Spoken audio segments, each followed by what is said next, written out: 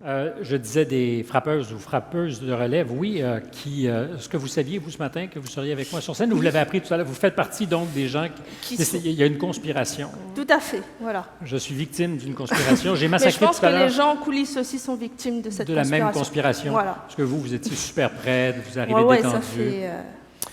J'ai massacré probablement votre nom, Marion. J'ai dit, qu'est-ce que j'ai dit, je m'en rappelle. Non, c'était pas si pire. C'était pas si pire. Ouais, je suis pas le premier. Si vous aviez à vous présenter, vous diriez? Que je m'appelle Marion. Alors, je vais le dire avec la petite prononciation qui va avec. Marion Ravelson. D'accord. Ça ne se dit pas comme ça s'écrit. Non, je vous le confirme. Voilà. Mais manifestement, vous avez fréquenté votre nom depuis plus longtemps que moi. Oui, je le porte depuis un certain moment, donc je m'y suis faite. L'expérientarium à l'Université du Québec à Trois-Rivières, c'est exactement la suite de la conversation que nous avions tout à l'heure, c'est-à-dire cette idée de susciter des vocations et de faire en sorte peut-être que la science soit moins intimidante. Exactement, c'est ça.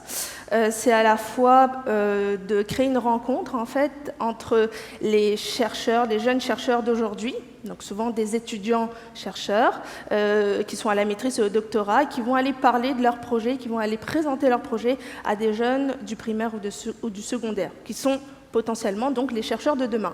Donc, encore faut-il les convaincre que la science est un chemin fréquentable. Eh bien, justement, on a de très belles surprises parce que justement, lors de ces rencontres, des fois, on se retrouve face à des jeunes qui sont en interrogation face à leur futur et qui même, des fois, sont face à certains doutes face aux études et de rencontrer, en fait, des jeunes qui peut-être se rapprochent un peu plus, on va dire, de leur génération, ça leur donne un peu plus de, on va dire, de courage pour continuer cette scolarité qui parfois leur paraît un peu compliquée. Oui, ça peut sembler compliqué et plus encore que compliqué, intimidant, parce qu'on se dit est-ce qu'on aura les compétences, est-ce qu'on sera capable, mais on en parlait tout à l'heure quand on était dans le mentorat.